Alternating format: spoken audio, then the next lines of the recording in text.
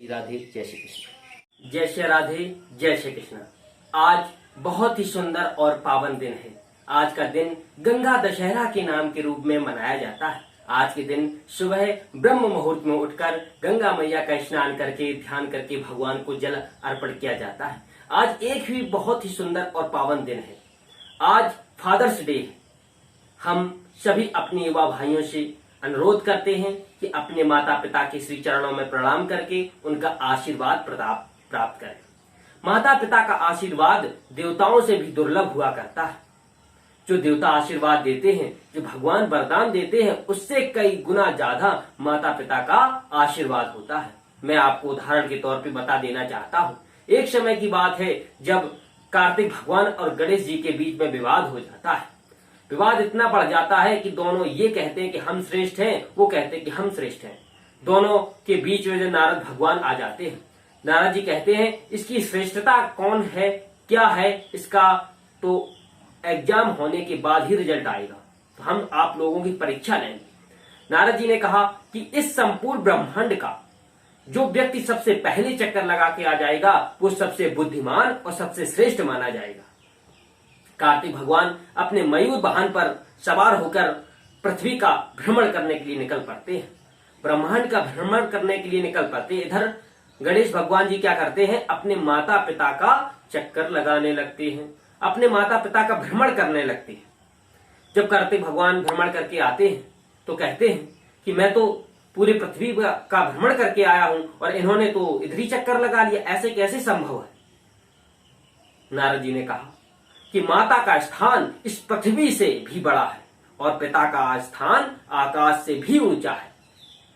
तो जो व्यक्ति माता पिता के चक्कर लगाते हैं, माता पिता की सेवा करते हैं, उनकी आराधना करते हैं, भक्ति करते हैं, प्रणाम करते हैं, उनकी सेवा करते हैं, वो इस लोक में श्रेष्ठता को प्राप्त होते हैं और परलोक में जाकर भी श्रेष्ठ हुआ करते हैं। गणेश भगवान माता पिता के चक्कर लगा के, माता पिता की सेवा करके, आराधना करके सर्वश्रेष्ठ हो गए, देवताओं में भी सर्वश्रेष्ठ हो गए। सर्वप्रथम गणेश भगवान की पूजा की जाती है। क्यों? क्योंकि उन्होंने माता पिता की सेवा की, माता पिता की आराधना की और माता पिता को प्रणाम किया और उनके चक्कर लगाए, प्रदक्षिणा की माता पिता की। क्योंकि माँ का स्थान इस पृथ्वी से भी विशाल है और पिता का स्थान आकाश से भी ऊंचा बताया गया है, ऐसा शास्त्र कहता है।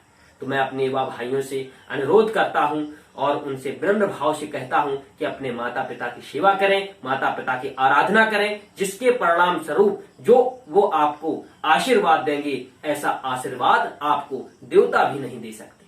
वो आपको श्रेष्ठ बना देंगे, आपकी कीर्ति को बढ़ा देंगे, आप इस लोक में भी सुख भोगेंगे और परलोक में जाकर भी यश को प्राप्त होंगे।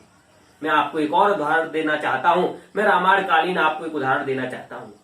जब इंद्रजीत ने रावण से कहा कि हे पिताश्री, वो तो ब्रह्म हैं, पर ब्रह्म हैं श्री रामचंद्र जी, हम उनसे बैर करके जीत नहीं सकते, हमारा पतन निश्चित है। तो पिता ने कहा पुत्र जाओ, आप शयन कक्ष में जाकर सो जाओ, जाके मैं ये युद्ध अकेले ही जीत लूंगा। तो इंद्रजीत ने कहा कि जो व्यक्ति, जो पुत्र पिता से विमुख होता है उसका तो देवता भी आदर नहीं करते। अगर हम आपसे विमुख होकर जाते हैं, आपकी मुसीबत में आपका साथ नहीं देते हैं, तो हमारा जो सम्मान है, जो हमारा कीर्ति है, वो कलंकित हो जाएगी। पुत्र की जो कीर्ति है पिता के प्रति वो कलंकित हो जाएगी और देवता भी हमारा आदर नहीं करेंगे।